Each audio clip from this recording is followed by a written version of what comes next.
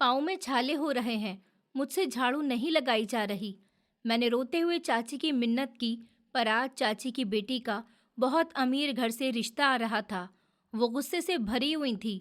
चाची ने झाड़ू उठाई और मेरे छाले भरे पैरों पर मारने लगी कि ड्रामा बंद करो और काम पर लग जाओ, मुफ्त की रोटियां तोड़ती रहती हो। मैं दर्द से तड़पती उठी और सफाई करने लगी थी। थोड़ी ही देर में रिश्ते वाले आ गए।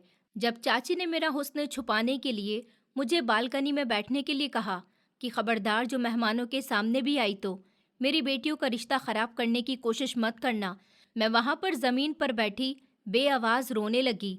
जब फोन पर बिजी एक अमीर ज़्यादा वहां पर आया, सिगरेट सुलगाते वो गुस्से में किसी से फोन पर बात कर रहा था।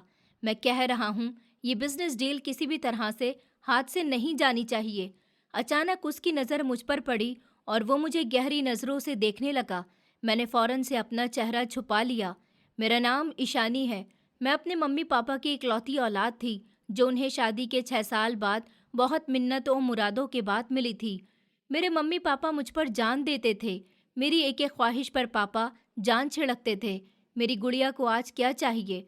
पापा शाम को ऑफिस से आते ही मुझसे पूछते थे, पापा मुझे वो फ्रॉक चाहिए। बस इतनी सी बात, कल ही आ जाएगी। मेरे मुंह से निकली हर ख्वाहिश पूरी करना उन्होंने अपने ऊपर उसको ज़रूरी समझ लिया था।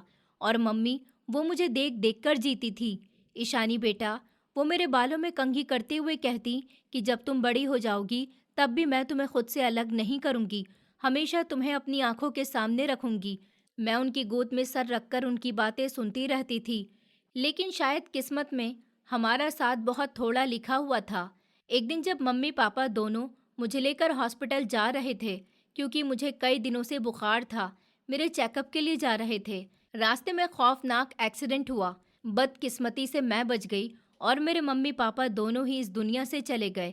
मैं अनाथ गरीब हो गई थी। मेरी दुनिया, मेरा सब कुछ एक ही पल में मुझसे छिन गया। चाचा दूसरे शहर में रहते थे। उनको मेरे मम्मी पापा की मौत का पता चला तो वो आए। मेरा कोई और नहीं था। मेरे पापा दूसरे शहर, चाचा दूसरे शहर। चाचा मुझे अपने साथ लेकर गए क्योंकि मुझे संभालने वाला कोई भी नहीं था। चाची मुझे बिल्कुल भी पसंद नहीं करती थी। उनका व्यवहार पहले दिन से ही मेरे साथ बहुत ठंडा था। चाचा कुछ टाइम तो रहे, लेकिन फिर वो काम के सिलसिले में शहर से बाहर चले गए थे। उस दिन के बाद से चाची का सलूक मेरे साथ बहुत ज़्यादा बुरा हो गया। चाचा जब फ़ोन करते तो चाची उनसे कहती कि जी जी, ईशानी बिल्कुल ठीक है, स्कूल जाती है, मैं उसको खूब पढ़ा रही हूँ, आप फिक्र नहीं करिए। जबकि चाची ने मेरा स्कूल छुड़वा दिया था। जब मेरे मम्मी पापा की डेथ हुई तब मैं 7th क्लास में थी। उसके बाद चाचा के होते हुए 2 साल और पढ़ा। चाची ने फिर मुझे स्कूल ही नहीं जाने दिया कि क्या करना है इतना पढ़ लिख कर। वो मुझ पर चीखती कि लड़कियों का काम तो बस घर संभालना होता है, चल उठकर बर्तन धो। चाची की 2 बेटियां थी, आरोही और सुमिता। वो दोनों मामूली शक्ल सूरत की थी, जबकि मैं खूबसूरती में बिल्कुल अपनी मम्मी के जैसी थी। वही बड़ी बड़ी आंखें, वही गोरी रंगत, वही सिल्की खूबसूरत काले बाल। लवारिसी और गरीबी ने भी मेरा हुस्न कम नहीं किया था। और शायद यही बात चाची को सबसे ज्यादा बुरी लगती थी। बड़ी आई है हुस्न की परी। आरोही मुझे देखकर मुंह बनाती, मम्मी ये इतनी तैयार होकर क्यों रहती है? मैं कहाँ तैयार हूँ दीदी, मैं सहमी हुई कहती। जैसे ही उठी थी वैसे ही वो कहने लगी कि जबान तो देखो जरा इसकी। चाची किचन से आवाज लगाती कि कामचोर कहीं की। चाची सारा दिन मुझसे घर के काम करवाती, झाड़ू पोछा बर्तन कपड़े सब मुझ अकेली की जिम्मेदारी में होते। और जब खाने का वक्त आता तो 100 तरह की बातें सुनाती। चाची मुझे सूखी रोटी और बची हुई सब्जी देती, कहती कि मुफ्त की रोटियां खा खाकर पहाड़ बनती जा रही है। अगर कभी खाना बच जाता तो मुझे मिल जाता, नहीं बचता तो भूखे ही रात गुजर जाती थी। अब मुझे सब्र करना आ गया था। मम्मी पापा के होते तो हर जिद मनवा लेती थी, लेकिन अब जानती थी कि मेरे प्यारे रिश्ते इस दुनिया में अब नहीं है। चाची सारे काम करवाकर भी मुझे 100 तरह की बातें सुनाती। देखती जा ईशानी, वो अक्सर मुझे घूरते हुए कहती कि तेरी माँ के सारे बदले तुझसे निकालूंगी। वो पढ़ी लिखी थी ना, न जाने खुद को क्या समझती थी। मेरी इज्जत तो 2 टके की नहीं रहने दी थी उसने। अब उसकी बेटी से गिन गिन के बदला लूंगी।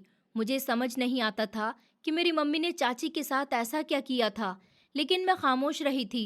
शाम को अपने बिस्तर पर लेटकर मुंह छुपाकर मैं खूब रोती थी।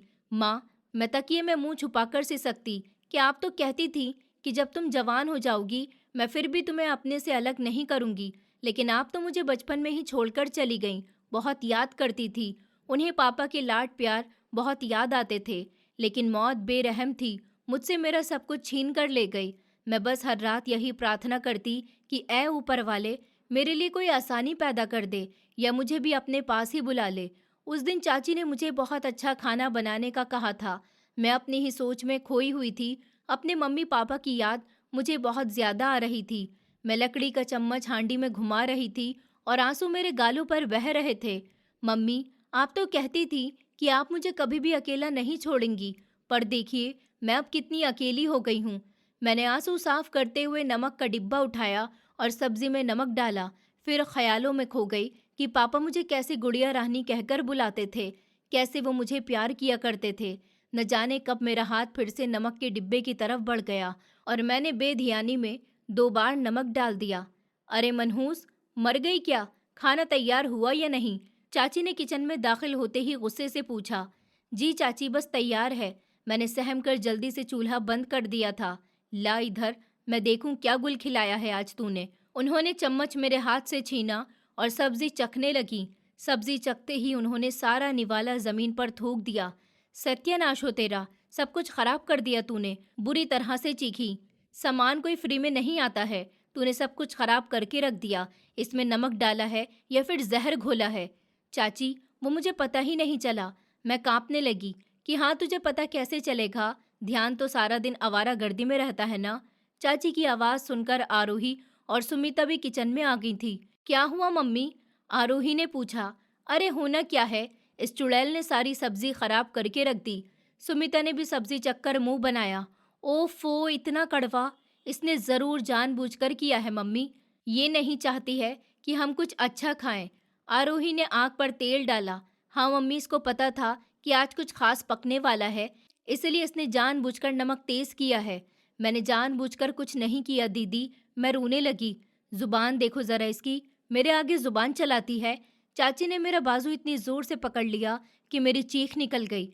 इतने पैसे लगाए हैं मैंने और सब चीज को तूने बेकार करके रख दिया। वो मेरे बाजू से पकड़ी हुई मुझे बैठक में लाई और बहुत ज्यादा गर्मी थी। सूरज आग बरसा रहा था। चल मेरे साथ ऊपर छत पर।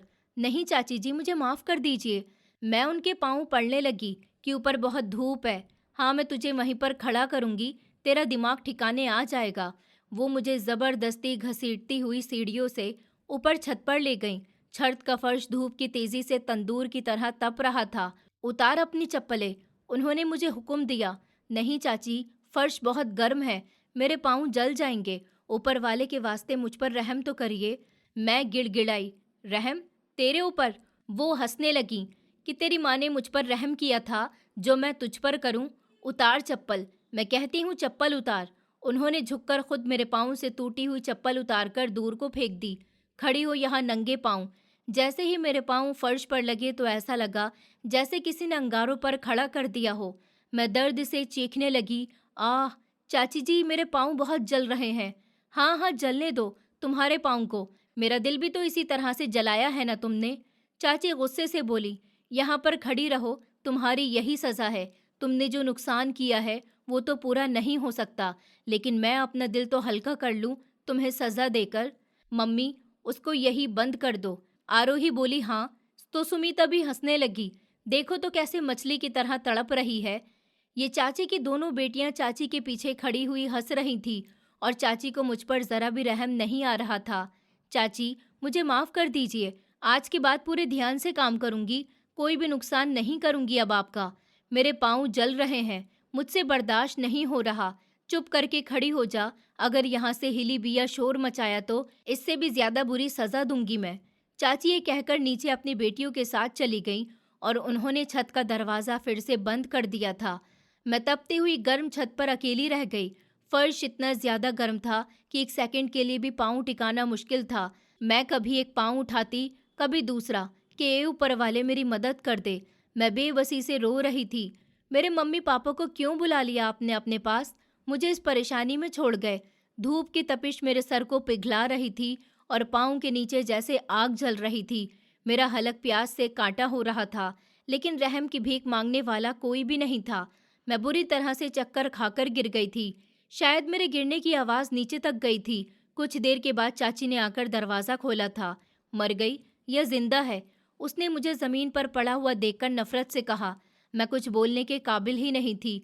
और दफ़ा हो नीचे, ड्रामेबाज कहीं की। चाची को फिर भी मुझ पर रहम ही नहीं आया। मैं गिरती पड़ती दीवारों का सहारा लेती हुई नीचे आ गई थी। मैं बड़ी मुश्किल के साथ अपने पाँव पर पड़े हुए छालों के साथ सीढ़ियों से उतर रही थी। मेरे पाँव से चला भी नहीं जा रहा था। ऐसा लग रहा था जैसे मेरे तलवों में हजारों सुइयां चुबो दी गई हों। कमरे में जाकर खूब जी भर के रोई। मम्मी पापा, आप कहाँ हैं? मैंने सिसकते हुए कहा। मेरी माँ तो मेरी ज़रा सी तकलीफ पर सारे घर में घूमती फिरती थी, और पापा, उनकी तो जान मुट्ठी में आ जाती थी। मुझे ज़रा सी चोट लगती थी, और आज मुझे सज़ा के तौर पर धूप में खड़ा करके मेरे पाँव पर इतने बड़े बड़े छाले बनवा दिए गए। सच कहते हैं कि ये दुनिया बहुत बेरहम है। एक माँ बाप ही होते हैं जो अपनी औलाद पर प्यार का हाथ रखते हैं। पूरी रात मैं तकलीफ से रोती रही। पाँव पर इतनी ज्यादा जलन थी कि एक पल को भी मैं सो नहीं पाई। सुबह उठते ही चाची ने मुझे काम पर लगा दिया था।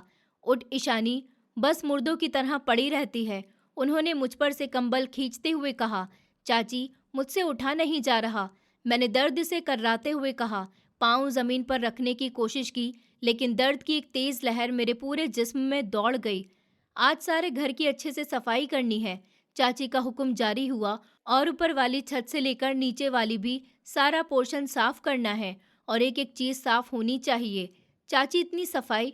हाँ, आज कुछ मेहमान आ रहे हैं मेरी आरोही को देखने। चाची ने बहुत खुशी से बताया कि लड़के वाले बहुत अमीर हैं। अगर ये रिश्ता हो गया तो मेरी बेटी की जिंदगी बन जाएगी। चाची, मेरे पाँव में छाले हो रहे हैं। मैंने रोते हुए अपना पाँव उनके सामने किया कि मुझसे झाड़ू नहीं लगाई जा रही है। मेरे पाँव सूजकर लाल हो गए, जो साफ नजर आ रहे थे। तो चाची ने बेरहमी से मेरे पाँव को देखा। नुकसान तो तुम्हें बहुत करने आते हैं। ड्रामेबाजी में भी तुम अपनी माँ पर गई हो। चाची, आपको ऊपर वाले का वास्ता है, मुझसे नहीं होगा। मैं तकलीफ से रोती हुई बोली। तो झाड़ू क्या तेरा बाप लगाएगा? चाची ने गुस्से से झाड़ू उठाई। या फिर तेरी माँ लगाएगी? तुझे यहाँ पर मुफ्त की रोटियां तोड़ने के लिए नहीं रखा हुआ है। चल काम पर लग जा। चाची, उससे पहले कि मैं कुछ और कहती, चाची ने गुस्से से वही झाड़ू उठाई और बेरहमी से मारना शुरू कर दिया। नहीं चाची, ऊपर वाले के लिए मत मारिए। मैं आंसू पीती हुई लंगड़ाती हुई उठी। चाची ने झाड़ू मेरे हाथ में थमा दी। चाची, मेरे पाँव से चला नहीं जा रहा है। छाले बहुत हो गए हैं। मेरी बेटी का बहुत अमीर घर से रिश्ता आ रहा है। तभी चाची बोली, घर हर तरफ से अच्छे से साफ होना चाहिए, कोने कोने से चमकना चाहिए। अगर सफाई में ज़रा सी भी कमी रह गई या मेहमानों को कोई चीज़ गंदी नजर आई तो याद रखना, तुम्हारी खैर नहीं होगी। चाची की ये बात सुनकर मैं दर्द से तड़पती हुई उठकर सफाई करने लगी थी। मैं लंगड़ा लंगड़ा कर झाड़ू दे रही थी। मम्मी, सुमिता ने मुझे देखकर कहा कि इससे कहिए कि ये जल्दी काम कर ले, मेहमानों के आने का वक्त हो रहा है। ईशानी, चाची ने फिर से चीख लगाई। बिल्कुल मर के काम कर रही है, जल्दी जल्दी हाथ चला। मैंने अपने दर्द को नज़रअंदाज करते हुए जल्दी जल्दी सारा घर साफ किया। थोड़ी देर में रिश्ते वाले आ गए थे। मैं किचन में बर्तन समेट रही थी जब आरोही ने बाहर से शोर मचाया। मम्मी, मम्मी, बाहर मेहमान आ गए हैं, गाड़ी रुकी है। चाची, जो तैयार होकर आरोही को भी तैयार कर रही थी, भागती हुई बाहर की तरफ गईं। ईशानी, उन्होंने मुझे किचन में देखते ही गुस्से से पुकारा। तू अभी तक यहाँ पर क्या कर रही है? चाची, मैं बस बर्तन धो रही थी, मैंने सहम कर जवाब दिया। बर्तन को छोड़ और इधर आ। चाची ने जल्दी से मेरा बाजू पकड़ लिया और उनकी आंखों में एक अजीब सा डर और नफरत थी। अपनी माँ की तरह हुस्न बहुत लेकर पैदा हुई हो तुम। वो गुस्से से बोलने लगी। तुम्हारा ये हुस्न मेरी बेटियों की राह में रुकावट नहीं बनना चाहिए। मैं तुम्हें उन अमीर लोगों की नज़रों में हरगिज नहीं आने दूंगी। मैं उनके सामने नहीं आऊंगी। मैं कमरे में चली जाती हूँ। कमरे में नहीं। चाची ने मेरा बाजू इतनी जोर से खींच लिया कि मैं एक बार फिर से दर्द से कर्राह उठी। तुम पर मुझे कोई भी भरोसा नहीं। तुम जानबूझकर उनके सामने आ जाओगी ताकि मेरी बेटी का रिश्ता खराब हो जाए। नहीं चाची, मैं भला ऐसा क्यों करूंगी? मैंने रोने वाली आवाज में कहा कि जुबान बंद रखो अपनी। वो मुझे खींचती हुई लाउंज में लाई और छोटी सी बालकनी की तरफ ले गई। ये बालकनी धूप वाली तरफ थी और वहां पर कोई छत भी नहीं थी। जाकर आराम से बालकनी में बैठ जाओ, उन्होंने मुझे धक्का देते हुए कहा। और वहाँ से निकलने की कोशिश मत करना। मेहमानों के सामने तुम्हारा आना गुनाह है। अगर तुम वहाँ पर आ गई तो याद रखना, जिंदगी भर उसकी सज़ा काटोगी। इससे पहले कि मैं कोई मिन्नत करती, चाची मुझे खींचती हुई बालकनी में छोड़कर आई और बाहर से दरवाज़ा लॉक कर दिया। मैं बालकनी में अकेली रह गई, जहाँ पर बहुत ज़्यादा धूप थी। फर्श अभी भी गर्म हो रहा था। रोती सिसकती हुई एक कोने में लगकर बैठ गई। मैं बेआवाज़ रोने लगी। ये होती है अनाथ और गरीब की ज़िंदगी। मैंने अपने घुटनों में सर छुपा लिया। क्यों छोड़ गए मुझे मेरे मम्मी पापा? बहुत जुल्म सह लिया मैंने। ऊपर वाले, तुम मुझ पर रहम क्यों नहीं खाते? उससे तो बेहतर ही था कि मैं भी अपने मम्मी पापा के साथ ही मर जाती। न जाने क्यों आज मेरे मुंह से ऐसे शब्द निकल रहे थे। शायद दुख और तकलीफ सहते सहते मैं भी थक चुकी थी। लेकिन फिर मुझे याद आया, मेरे पापा हमेशा कहते थे कि ईशानी बेटा, इंसान जितनी मर्जी तकलीफ में हो, कभी भी अपने ऊपर वाले से शिकायत नहीं करना चाहिए। वो अपने बंदों को बहुत चाहता है, वो ज़रूर कोई रास्ता निकालेगा। यही सोचते हुए मैंने दोबारा से अपने आंसू साफ किए और अपने दिल को तसल्ली देने लगी कि एक दिन ऐसा आएगा जब सब कुछ ठीक हो जाएगा। लेकिन आंसू थे कि रुकने का नाम ही नहीं ले रहे थे। मैं वहीं पर ज़मीन पर बैठी हुई थी। गर्मी बहुत तेज़ थी, पसीने जिस्म से बह रहे थे, लेकिन मैं आवाज़ भी नहीं निकालना चाहती थी, क्योंकि मैं जानती थी अगर चाची ने मेरी आवाज़ सुन ली तो वो मेहमानों के जाने के बाद मेरा क्या हश्र करेगी। मैं खामोशी से सब कुछ बर्दाश्त कर रही थी, लेकिन थोड़ी ही देर के बाद बालकनी का दरवाज़ा खुला और मेरी नज़र बालकनी में आते हुए एक इंसान पर पड़ गई। वो एक नौजवान अमीरज़ादा था, पैंट कोट पहना हुआ। वो बहुत गुस्से में लग रहा था। उसने जेब से सिगरेट निकाली और सुलगाते हुए किसी से फ़ोन पर बात करने लगा। देखो, मैं तुम्हें कह रहा हूँ, ये बिजनेस डील किसी भी तरह हाथ से नहीं जानी चाहिए। उसकी आवाज़ भारी और रोबदार थी। अगर ये डील हाथ से गई तो हमारा करोड़ों का नुकसान होगा और फिर मैं इसका जिम्मेदार तुम्हें ठहराऊंगा। मैं एक तरफ सहम कर बैठी हुई थी और अपना चेहरा दूसरी तरफ कर लिया कि वो मुझे देख नहीं ले। लेकिन फ़ोन पर बात करते करते अचानक उसकी नज़र मुझ पर पड़ गई थी। उसने फ़ोन पर बात करना बंद नहीं किया, लेकिन उसकी आवाज़ हल्की हो गई थी और उसकी आंखें मुझ पर जम गई। मैं तुमसे बाद में बात करता हूँ। उसने फ़ोन काट दिया। बालकनी में एकदम खामोशी छा गई। सिर्फ मेरी तेज़ धड़कनों की आवाज़ आ रही थी। वो मुझे गहरी नज़रों से देखने लगा। मैंने ज़रा सी नज़र छुपाकर उसको देखा तो वो मेरी तरफ ही देख रहा था और बड़ी गहरी उलझी हुई नज़रों से देख रहा था। उसकी आंखों में गुस्सा नहीं बल्कि एक अजीब सी हैरत थी। मैंने डर के मारे अपना चेहरा दोनों हाथों में छुपा लिया ताकि वो मुझे देख नहीं सके। आप इतनी धूप में क्यों बैठी हैं? उसकी भारी आवाज़ आई। मेरा दिल हलक में आ गया। अगर मैंने जवाब दिया और चाची ने सुन लिया। मैं बस खामोशी से अपना सर नामे हिलाने लगी। यहाँ साया भी नहीं है। वो फिर बोला। मैंने कोई जवाब नहीं दिया।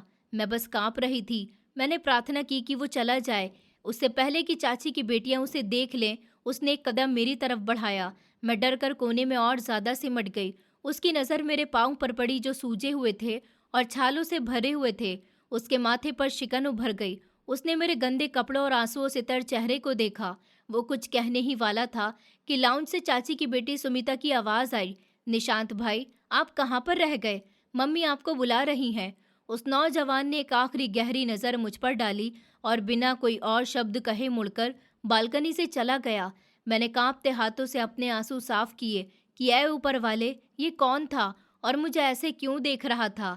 क्या वो चाची को बता देगा? काफ़ी देर तक मेहमानों के हंसने बोलने की आवाज़ आती रही। फिर गाड़ियाँ स्टार्ट हुई और वो चले गए। कुछ देर के बाद चाची ने बालकनी का दरवाज़ा खोला। उनका चेहरा खुशी से दमक रहा था। वाह, क्या किस्मत पाई है मेरी बेटी ने। उन्होंने तालियां बजाईं। लड़के की माँ को आरोही पहली नज़र में ही पसंद आ गई। वो लोग बस लड़के की हाँ का इंतज़ार कर रहे हैं। बहुत अच्छे लोग हैं, सुमिता ने कहा। और वो लड़का निशांत कितना हैंडसम है। शुक्र है कि तू यहीं धूप में सड़ती रही। चाची ने मेरी तरफ नफरत से देखा। तेरी नहुसत मेरी बेटियों के रिश्ते पर नहीं पड़े। चल उठ, अंदर जाकर बर्तन समेट। मैंने चाची को निशांत से मुलाकात का नहीं बताया था, लेकिन अभी 2 दिन ही गुजरे थे। मैं लाउंज में फर्श पर झाड़ू लगा रही थी। मेरे पाँव के छाले फूटने लगे थे, जिससे तकलीफ और ज़्यादा बढ़ गई। अचानक दरवाजे की घंटी बजी। देखो आरोही, वही लोग आए होंगे, चाची ने खुशी से चीखते हुए कहा। मैं कहती थी ना कि वो आज ही आएंगे। चाची ने भागकर दरवाज़ा खोला और उनका स्वागत किया। आइए आइए बहन जी आइए। निशांत बेटा। मैं भी जल्दी से उठने लगी ताकि उनकी नज़रों से मैं गायब हो जाऊं, लेकिन तब तक वो अंदर दाखिल हो चुके थे। वो नौजवान निशांत और उसके साथ एक अधेड़ उम्र इंसान, शायद उसका बाप था, अंदर दाखिल हुए। निशांत की नज़र मुझ पर पड़ी। उसकी आंखों में वही पुरानी हैरत लौट आई, लेकिन असल में मुझे देखकर वो इंसान हक्का बक्का रह गया जो निशांत के साथ था। वो मुझे देखकर वहीं पर रुक गए, जैसे उन्होंने कोई भूत देख लिया हो। तुम? उस इंसान ने कांपती हुई आवाज में मेरी तरफ इशारा किया। चाची जो मुस्कुरा रही थी, उनका चेहरा फीका हो गया। आरोही और सुमिता जो पीछे खड़ी हुई मुस्कुरा रही थी, उनकी मुस्कुराहट भी फीकी पड़ गई। क्या हुआ भाई साहब? चाची ने जल्दी से सिचुएशन को संभालने की कोशिश की। आप ऐसे क्यों देख रहे हैं? वो इंसान, निशांत का बाप, चाची को नजरअंदाज करके सीधा मेरी तरफ बढ़ गया। मैंने डर की वजह से हाथ में पकड़ा हुआ गंदा कपड़ा पीछे छुपा लिया। तुम कौन हो? उसने मुझसे पूछा। उसकी आवाज़ में हैरत से ज्यादा एक गहरा सदमा था। मैंने कांपते हुए चाची की तरफ देखा। उनकी आंखें गुस्से से लाल हो रही थी, जैसे कह रही हूं कि अगर तूने अपना मुंह खोला तो जान से मार दूंगी। ये चाची ने जल्दी से आगे बढ़कर मेरी और उस इंसान के बीच आने की कोशिश की। ये तो हमारी नौकरानी है। नौकरानी? निशांत के पापा ने चाची की बात काटी और दोबारा मुझसे बोले, बेटा तुम्हारा पूरा नाम क्या है? मैंने डर की वजह से आंखें बंद कर ली। मैं तुमसे कुछ पूछ रहा हूँ। उसकी आवाज़ इस बार काफ़ी नरम थी, लेकिन उसमें एक ठहराव था। भाई साहब, आप उससे क्या पूछ रहे हैं? चाची घबरा गईं।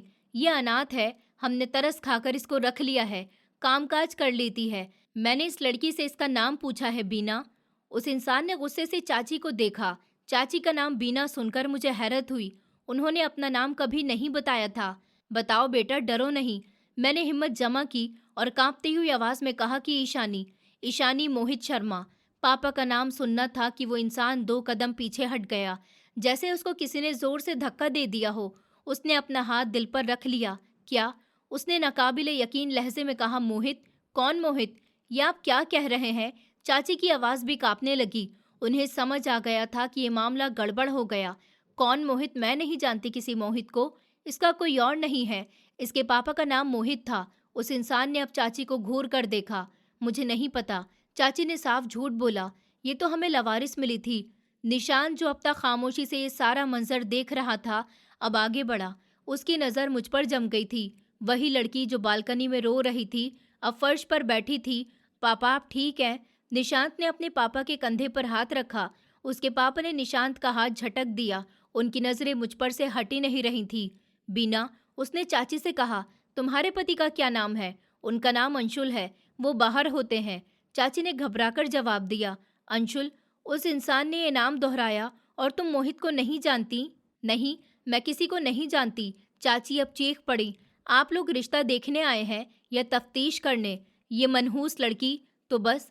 निशांत का बाप दहाड़ने लगा। एक शब्द और मत बोलना इस लड़की के बारे में। लाउंज में मौत का सा सन्नाटा छा गया था। आरोही और सुमिता डर से दीवार के साथ लग गईं। निशांत की मम्मी, जो अब तक खामोश खड़ी हुई थी, परेशानी से बोली, आप ये क्या कह रहे हैं? हम तो आरोही का रिश्ता। खामोश रहो तुम भी। निशांत के पापा ने जब अपनी पत्नी को भी चुप करवा दिया, उन्होंने जेब से फोन निकाला और किसी का नंबर मिलाने लगे। हेलो, मुझे अंशुल नाम के एक इंसान की सारी डिटेल्स चाहिए जो। उन्होंने चाची की तरफ देखा। कौन से शहर में होते हैं वो? चाची ने डर से शहर का नाम बता दिया। और उसकी पत्नी का नाम बीना है। मुझे आधे घंटे में उसकी और उसके खानदान की सारी मालूमात चाहिए। फोन बंद करके उन्होंने निशांत से कहा कि निशांत, गाड़ी से पानी की बोतल लाओ। फिर वो मेरी तरफ मुड़ गए, जो अभी तक फर्श पर सिमटी बैठी हुई थी। वो झुके और मेरे सर पर हाथ रख दिया कि घबराओ नहीं बेटा, मैं तुम्हें कुछ नहीं होने दूंगा। चाची ये सब देखकर हैरान हो गई थी और ऐसे ही खड़ी रहीं। उनका हाथ मेरे सर पर था, लेकिन उनकी नजरें बीना चाची पर किसी शिकारी की तरह गड़ गई थी। उनकी खामोशी तूफान के आने से पहले का अंदेशा था। आप ये क्या तमाशा लगा रहे हैं? चाची ने अपनी घबराहट को गुस्से में छुपाने की कोशिश की। आपको अगर मेरी बेटी का रिश्ता नहीं करना तो साफ कह दीजिए, लेकिन मेरी नौकरानी से ये तफ्तीश? नौकरानी? निशांत के पापा की आवाज तेज हुई।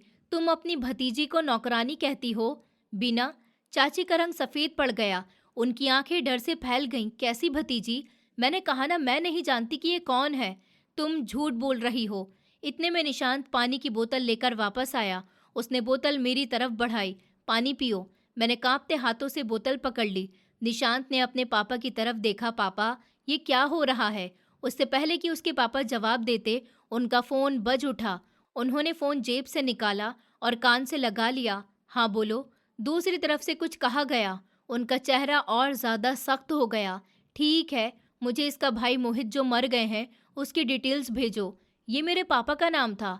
फिर उन्होंने फोन बंद किया और चाची को देखा जो अब पसीने में भीगी हुई थी। अंशुल तुम्हारे पति का नाम है ना? चाची ने हकलाते हुए कहा कि हाँ। और अंशुल का भाई था मोहित, जो अपनी पत्नी के साथ एक कार हादसे में मर गया। उन्होंने एक एक शब्द चबाकर कहा। चाची की आंखें डर से और ज्यादा फैल गईं। उनकी एक बेटी थी जो इस हादसे में बच गई। निशांत के पापा ने कदम आगे बढ़ाया, जिसका नाम ईशानी मोहित है। उन्होंने मेरी तरफ इशारा किया। यही है ना वो, तुम्हारी सगी भतीजी, तुम्हारे पति के इकलौते भाई की निशानी। लाउंज में एक भयानक सा सन्नाटा छा गया। आरोही और सुमिता के मुंह खुले के खुले रह गए। मैं तो खुद हैरान थी कि ये सब क्या हो रहा है। ये आपको किसने बताया? चाची की आवाज मुश्किल से निकली। ये झूठ है, इससे फर्क नहीं पड़ता कि मुझे किसने बताया, उन्होंने ठंडे लहजे में कहा। पर फर्क इस बात से पड़ता है कि तुमने दुनिया से झूठ बोला। तुमने इस अनाथ बच्ची को नौकरानी बनाकर रखा हुआ है। निशांत, जो ये सब कुछ सुन रहा था, गुस्से से आगे बढ़ गया। पापा, आप ये सच कह रहे हैं? मैंने उस दिन इन्हें बालकनी में भी देखा था। ये रो रही थी और इन लोगों ने उसको बाहर धूप में बंद किया हुआ था। क्या? निशांत के पापा का चेहरा गुस्से से लाल हो गया। उन्होंने मेरी तरफ देखा, फिर उनकी नज़र मेरे पाँव पर पड़ी जो छालों से भरे हुए थे और उनसे खून बह रहा था। ये क्या है? उन्होंने झुककर मेरे पाँव की तरफ इशारा किया। ये जख्म कैसे हैं? मैं डर की वजह से पीछे हट गई। इसने खुद ही जलाए होंगे। चाची फौरन से चीखने लगी। ये लड़की तो पागल है, ये खुद को नुकसान पहुंचाती रहती है। मनहूस है ये, जब से आई है मेरी जिंदगी खराब कर दी है। खामोश, उन्होंने इतने जोर से दहाड़ा कि हम सब कांप कर रह गए। तुम्हारी हिम्मत कैसी हुई एक अनाथ बच्ची के साथ ये सुलूक करने की? तुमने उसके बाप के मरने के बाद उसकी जायदाद भी हड़प ली होगी ना? मैंने कुछ नहीं लिया। चाची ने अपनी सफाई देने की कोशिश की। इसका बाप तो खुद कंगाल मरा था, कुछ नहीं छोड़ा उसने। झूठ मत बोलो। निशांत के पापा ने कहा कि मैं मोहित को जानता था। वो कंगाल नहीं हो सकता। वो मेरा। वो ये कहते हुए रुक गए। उनकी आंखों में एक लम्हे के लिए दर्द की लहर उठी। मैं हैरत से उनको देख रही थी। ये इंसान मेरे पापा को कैसे जानता था? आप कोई भी हों, चाची अब ढिठाई पर उतर आई थी। आपको मेरे घर में खड़े होकर मुझ पर ही इल्जाम लगाने का कोई भी हक नहीं है। हाँ, ये मेरी भतीजी है, मैं जो चाहे उसके साथ सुलूक करूं। आप यहाँ पर रिश्ता देखने आए थे, मेरी बेटी का रिश्ता। निशांत की माँ, जो अब तक सदमे में थी, बोली, ऐसे जालिम लोगों में हम रिश्ता करेंगे? सुनिए, मुझे यहाँ एक लम्हा भी नहीं रुकना। चलो, हम यहाँ से जा रहे हैं। निशांत के पापा ने कहा। लेकिन अकेले नहीं। क्या मतलब? चाची ने पूछा तो उन्होंने मेरी तरफ मुड़कर मेरी तरफ हाथ बढ़ाया। उठो बेटा, तुम हमारे साथ चलोगी क्या? चाची चीखने लगी। आप इसको नहीं लेकर जा सकते, ये मेरी अमानत है, मैं इसको कहीं भी नहीं जाने दूंगी। अमानत? उन्होंने हंसते हुए कहा। अमानत के साथ ऐसा किया है, तुम जैसी औरत के पास में इस बच्ची को एक सेकंड के लिए भी नहीं छोड़ सकता। निशांत ने कहा कि ये ठीक कह रहे हैं पापा, हम इसको यहाँ नहीं छोड़ सकते। उनकी हालत देखिए, तुम लोग जबरदस्ती नहीं कर सकते। चाची मेरे आगे आकर खड़ी हो गई कि दफा हो जाओ मेरे घर से, वरना मैं शोर मचा दूंगी। उन्होंने तसल्ली से मुस्कुराकर अपना फोन निकाला। ठीक है, मैं अभी पुलिस को फोन करता हूँ और उनको बताता हूँ कि तुमने एक अनाथ बच्ची को गैर कानूनी तौर पर कैद किया हुआ है, उस पर कितना ज्यादा जुल्म करती हो। पुलिस का नाम सुनकर चाची के होश उड़ गए। फिर जब तफ्तीश होगी, उन्होंने संजीदगी से कहा, तो ये भी पता चल जाएगा कि तुमने उसके पापा की जायदाद का क्या किया। और मुझे पूरा यकीन है कि तुमने उसके बैंक अकाउंट खाली कर दिए होंगे। बीना चाची का चेहरा डर से लाल पड़ गया। वो जानती थी कि वो बुरी तरह से फंस गई हैं। पुलिस का नाम सुनते ही बीना चाची के चेहरे से सारा खून निकल गया। उनके घुटने कांपने लगे। नहीं नहीं, वो जल्दी से बोली कि प्लीज़ पुलिस को फ़ोन मत करिए, मैं आपकी बात मान लेती हूँ। तो ये है तुम्हारी असलियत? उन्होंने नफरत से उनकी तरफ देखा। सिर्फ कानून का डर ही तुम्हें सीधा रख सकता है। निशांत की मम्मी ने परेशानी से उनका बाजू पकड़ लिया। आप होश में तो हैं? हम इस लड़की को अपने साथ कैसे लेकर जा सकते हैं? हम इसके हैं ही कौन? मैं हूँ इसका। निशांत के पापा ने सख्ती से जवाब दिया। इसका सबसे करीबी रिश्तेदार मैं हूँ।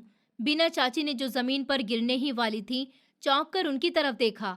निशांत की मम्मी ने भी अपने पति को देखा। क्या मतलब है आपका? उन्होंने पूछा तो निशांत के पापा ने उनकी बात को नज़रअंदाज कर दिया। उन्होंने मेरी तरफ हाथ बढ़ाया। उठो बेटा, डरो नहीं, तुम मेरे साथ महफूज हो। मैंने कांपते हुए उनके हाथों को देखा, फिर चाची की तरफ जो मुझे खूंखार नज़रों से घूर रही थी। अच्छा, चाची ने जहर भरे लहजे में कहा कि ले जाओ इसको यहाँ से। ये मनहूस जहाँ भी जाएगी ना, वहाँ नहुसती फैलाएगी, जैसे उसकी माँ ने। बीना, चुप हो जाओ। उन्होंने जोर से चीख लगाकर उनको चुप कराया। पूरा घर कांप गया। अगर तुमने इसकी माँ का नाम अपनी इस गंदी जुबान से लिया तो मैं कसम से पुलिस को यहीं पर बुलाकर तुम्हें घर से निकलवा दूंगा। चाची भी इस धमकी पर सहमकर खामोश हो गई थी। मेरा मेरा कोई सामान नहीं है, मैंने धीरे से कहा, क्योंकि वो मेरे कुछ लाने का इंतजार कर रहे थे। ये सुनकर निशांत ने दुख से आंखें बंद कर ली। उसके पापा के जबड़े खींच गए। उसको किसी की जरूरत नहीं है। उन्होंने कहा कि निशांत बेटा, इनको सहारा दो, उनके पांव जख्मी है। निशांत ने फौरन से आगे बढ़कर मेरा बाजू पकड़ने की कोशिश की, लेकिन मैं तकलीफ और डर से पीछे हट गई। डरो नहीं, निशांत ने नरमी से कहा कि मैं तुम्हें तकलीफ नहीं पहुंचाऊंगा, भरोसा करो। मैंने उन अजनबियों पर भरोसा करने का फैसला कर लिया। मैंने निशांत का सहारा लिया, दरवाजे की तरफ बढ़ रही थी। चाची ने पीछे से गुस्से से कहा कि याद रखना ईशानी, जिस दिन बर्बाद होकर सड़क पर आ जाओगी उस दिन मेरे पास वापस मत आना। तुम्हारी किस्मत में सिर्फ बेइज्जती लिखी है। मैं रो पड़ी। उसकी किस्मत का फैसला तुम नहीं करोगी, निशांत के पापा ने झट से कहा। उसका फैसला वो करेगा जिसने उसको आज तुम्हारी चंगुल से निकाला है। हम घर से बाहर आ गए। बाहर एक बहुत बड़ी चमकती हुई काली गाड़ी खड़ी हुई थी। निशांत ने मेरे लिए पिछला दरवाज़ा खोला। मैं हिचकिचाते हुए अंदर बैठ गई। मेरे मेले कुचेले कपड़े महंगी सीट पर बहुत अजीब से लग रहे थे। निशांत मेरे साथ बैठा, जबकि उसके मम्मी और पापा आगे बैठ गए। उसकी मम्मी का चेहरा गुस्से से लाल हो रहा था। ये आपने अच्छा नहीं किया। उसके पापा गाड़ी चला रहे थे। उनकी पत्नी बोली कि हम यहाँ आरोही का रिश्ता देखने गए थे। बीना मेरी दूर की जानने वाली थी। अब मैं उनको क्या मुंह दिखाऊंगी? तुम्हें इस औरत का मुंह देखने की जरूरत नहीं है। उन्होंने गुस्से से स्टीयरिंग व्हील पर हाथ मारा। और आरोही, जिसकी माँ इतनी जालिम हो, उसकी बेटी क्या फरिश्ता होगी? निशांत इस घर में शादी नहीं करेगा। लेकिन ये लड़की, उसकी मम्मी ने नफरत से मेरी तरफ देखा। इसको हम कहाँ पर रखेंगे? लोगों को क्या कहेंगे कि ये नौकरानी कहाँ से उठाकर लाए हैं? उसके पापा ने उनको टोक दिया, ये नौकरानी नहीं है तो और क्या है? वो चीखने लगी, ये मोहित की बेटी है। उन्होंने कहा, वही मोहित? निशांत की मम्मी की आवाज़ में हैरत थी, जिसका आप अक्सर जिक्र किया करते थे। वही मोहित साहब। उनकी आवाज़ भारी हो गई। मैं खामोशी से उनकी बातें सुन रही थी। मेरे पापा का नाम ये लोग मेरे पापा को इतना कैसे जानते थे? लेकिन भला उनसे हमारा क्या ताल्लुक? मैंने कहा ना, चुप हो जाओ। उन्होंने बात काट दी। गाड़ी एक बहुत बड़े गेट से अंदर दाखिल हुई। मैंने बाहर देखा तो मेरी आंखें खुली की खुली रह गईं। ये तो बिल्कुल एक महल जैसा घर था, इतना बड़ा कि चाची का पूरा मोहल्ला उसमें समा जाए। निशांत ने मुझे गाड़ी से उतारने में मदद की। हम अंदर दाखिल हुए। डॉक्टर को फ़ोन करा। निशांत के पापा ने एक नौकर को हुक्म दिया कि फ़ौरन से इनके लिए अच्छे कपड़े लेकर आओ, इन्हें गेस्ट रूम में। निशांत के पापा कहने लगे थे, नहीं नहीं, तभी उनकी पत्नी ने उनको रोक दिया। ये गेस्ट रूम में नहीं रहेगी। इस घर के कुछ उसूल हैं, इसको पिछले कमरे में से कोई कमरा दे दो। तुम चुप कर जाओ। निशांत के पापा ने जवाब दिया, उसकी यह हालत तुम्हारी वजह से नहीं हुई कि तुम इसको और ज़्यादा बेइज्जत करो। ये एक मास्टर गेस्ट रूम में रहेगी। तो वो गुस्से से पाँव पटकती हुई वहाँ से चली गई। निशांत मुझे एक बहुत बड़े कमरे में ले आया। आप यहाँ पर आराम करिए, डॉक्टर आते ही होंगे। मैं बिस्तर पर बैठने से भी डर रही थी। प्लीज़ बैठ जाइए। निशांत ने कहा कि अब आप महफूज हैं। थोड़ी देर में एक लेडी डॉक्टर आएंगी। फिर उसके कहने के मुताबिक थोड़ी देर में डॉक्टर आ गई। उन्होंने मेरे पाँव की मरहम पट्टी की, मुझे दर्द का इंजेक्शन लगाया और दवाई दे दी। फिर जब मैंने अंकल की आवाज़ सुनी, वो कमरे के बाहर फ़ोन पर बात कर रहे थे। मुझे मोहित की सारी चीज़ों की डिटेल्स चाहिए। अंशुल और बीना ने पिछले 10 सालों में जो भी खरीदा है उसकी छानबीन करो। मोहित ने अपनी बेटी के नाम पर एक ट्रस्ट बनाया था। मुझे उस ट्रस्ट के कागज़ भी चाहिए। मैं उन लोगों को एक पाई भी हजम नहीं करने दूंगा। मेरी आंखें पूरी तरह से खुल गईं। ट्रस्ट? मेरे पापा ने मेरे लिए कुछ छोड़ा था? चाची ने मुझसे हमेशा झूठ बोला कि मैं कंगाल हूँ। अंकल फ़ोन बंद करके मेरे पास आए कि कैसा महसूस कर रही हो बेटा? उन्होंने नरमी से पूछा कि मैं ठीक हूँ। मैंने धीरे से कहा कि आप कौन हो? आप मेरे पापा को कैसे जानते थे? अंकल ने गहरी सांस ली। वो मेरे पास कुर्सी पर बैठ गए। तुम्हारे पापा मोहित वो मेरे दोस्त थे। उन्होंने कहा कि नहीं, दोस्त से भी बढ़कर वो मेरा भाई था, भाई। मैंने हैरत से पूछा कि मेरे पापा को तो कोई भी दोस्त या भाई नहीं था, सिर्फ अंशुल चाचा के अलावा। बेटा, कुछ रिश्ते खून के नहीं, एहसास के भी होते हैं। उनकी आंखों में नमी आ गई। और मैं तुम्हारे पापा के साथ काम करता था। फिर उन्होंने मेरी तरफ देखा और तुम्हारी माँ मनीता। मेरी माँ का नाम सुनकर मेरे दिल की धड़कन रुक गई। तुम बिल्कुल अपनी मम्मी के जैसी दिखती हो। वही आंखें, वही मासूमियत। उनकी आवाज़ रोने हार थी। मैं मनीता को बहन मानता था। आप मेरी मम्मी को भी जानते थे। मैं सब जानता था। उन्होंने दुख से कहा कि मैं जानता था कि बीना तुम दोनों माँ बेटी को पसंद नहीं करती, लेकिन मुझे ये नहीं पता था कि वो तुम्हारे साथ ये सलूक भी कर सकते हैं। फिर आप इतने साल कहाँ पर थे? मैंने रोते हुए पूछा। मैं कंट्री से बाहर था। मुझे अंशुल और बीना ने यही बताया था कि उनके हिसाब से तुम भी अपने मम्मी पापा के साथ मर गई थी। ये एक बुरी खबर थी। क्या? हाँ, उन्होंने मुझसे सबसे झूठ बोला। मैं तो आज निशांत के रिश्ते के लिए वहां पर गया। निशांत ने जब तुम्हें बालकनी में देखा था तो उसने मुझे आकर बताया। उसने तुम्हारी तस्वीर भी खींच ली थी। जब मैंने वो तस्वीर देखी, मुझे लगा मैंने मनीता को ही देख लिया है। तभी मैंने तफ्तीश शुरू करवाई और आज सच्चाई जानने के लिए ही तुम्हारे घर आया था। तो आप इसीलिए? हाँ बेटा, मैं तुम्हें यहाँ इंसाफ दिलाने लाया हूँ। उन्होंने मेरे सर पर हाथ रख दिया। अब तुम आराम करो। बीना को उसके हर गुनाह की सजा मिलेगी। कुछ दिन उनके घर पर सुकून से गुजरे। डॉक्टर ने रोज आकर मेरी मरहम पट्टी की और मेरे पाँव के जख्म भरने लगे। मैंने कई सालों के बाद पहली बार पेट भरकर खाना खाया और नरम बिस्तर पर सोई। निशांत की मम्मी का व्यवहार अभी भी मेरे साथ ठंडा था। वो मुझसे बात नहीं करती थी, लेकिन निशांत मुझसे पूछने आ जाता था कि आपको किसी चीज़ की ज़रूरत तो नहीं। वो दरवाजे पर खड़े होकर संजीदगी से पूछता कि नहीं शुक्रिया। मैंने धीरे से उसका जवाब दे दिया। उस सारे टाइम में उसके पापा, जिनको मैं अब अंकल कहती थी, लगातार फ़ोन पर बिजी रहे। वो अपने ऑफिस से मेरे पापा के कागज़, बैंक अकाउंट और उस ट्रस्ट के बारे में मालूमात इकट्ठी कर रहे थे जिसका उन्होंने जिक्र किया था। एक शाम वो गुस्से से भरे हुए थे। मेरे कमरे में आए। मैंने सच ही सोचा था। उनका चेहरा गुस्से से लाल हो गया। उस औरत ने सब कुछ हड़प लिया। तुम्हारे पापा ने तुम्हारे नाम पर जो लाखों रुपए और घर छोड़ा था, अंशुल और बीना ने जाली कागज बनवाकर सब अपने नाम कर लिया। उसने तुम्हारा हक मारा है ईशानी। चाची गलत कहती थी कि मेरे पापा कंगाल थे। मेरी आंखों में आंसू आ गए। कंगाल? अंकल ने कड़वाहट सी हंसी हंसी। नहीं बेटा, तुम्हारा बाप मोहित एक बहुत कामयाब आदमी था। उसने तुम्हारा फ्यूचर महफूज कर दिया था। उन लोगों ने तुम्हें तुम्हारे ही पैसों पर नौकरानी बनाकर रखा। अब क्या होगा अंकल?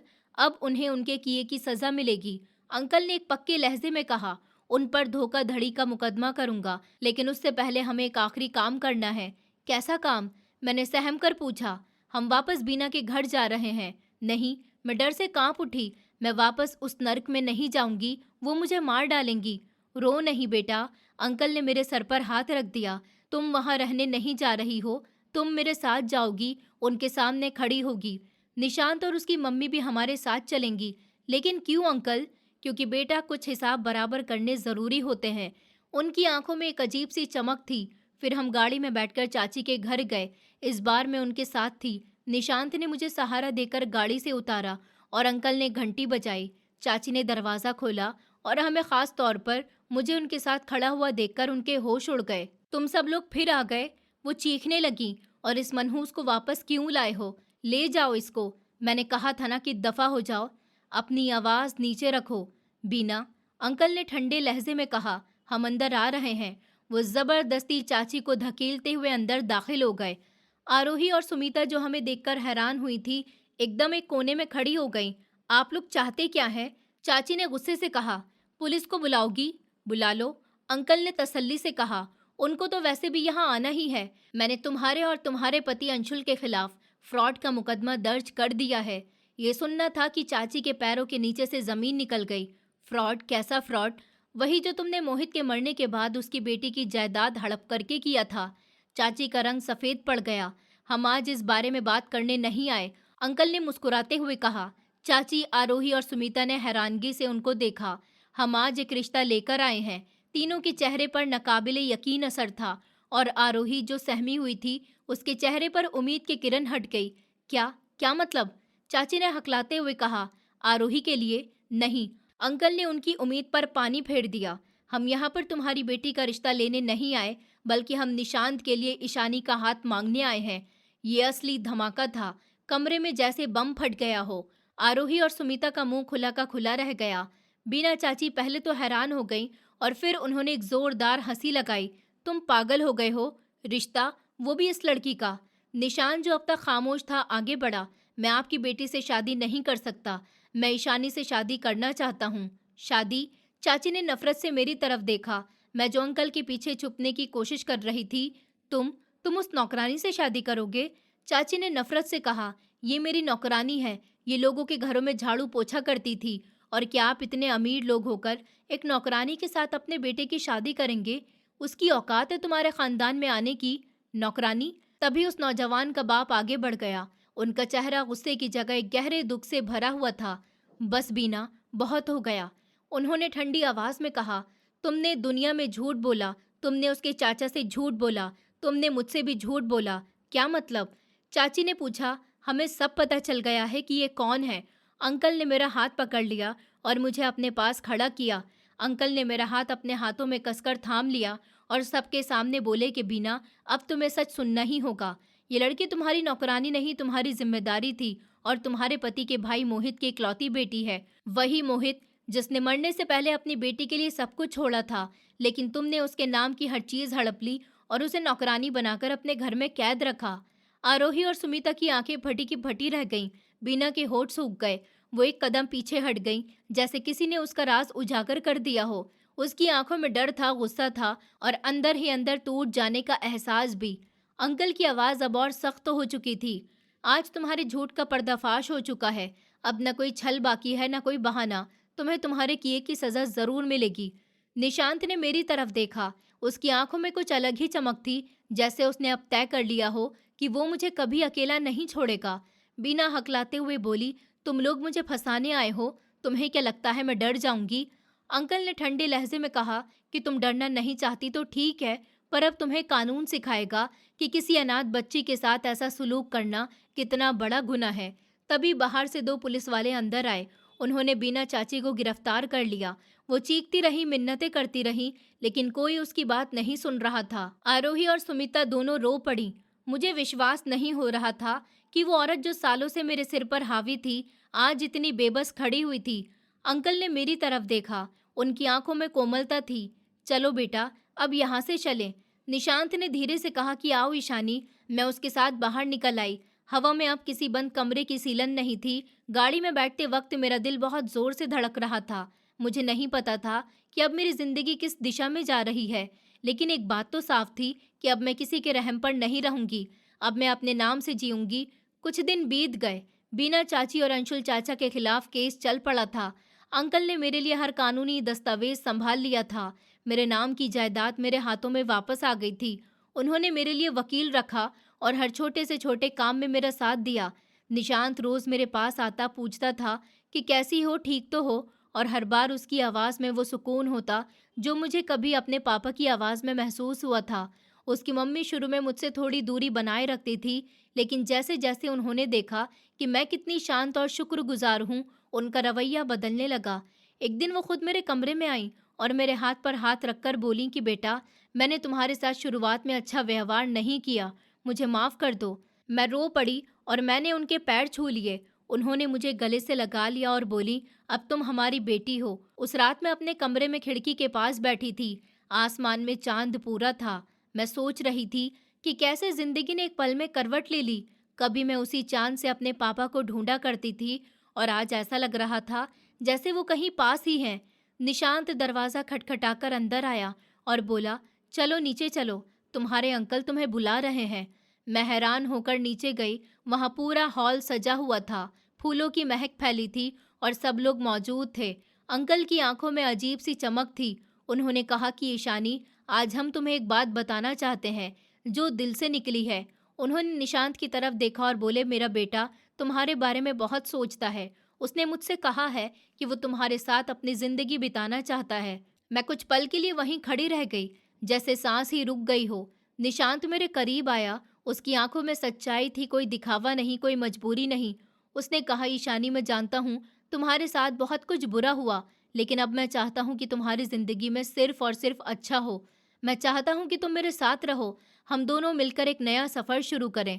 मैं हमेशा तुम्हारा साथ दूंगा, अगर तुम हाँ कह दो तो। मेरी आंखों से आंसू बह निकले, शब्द गले में ही अटक गए।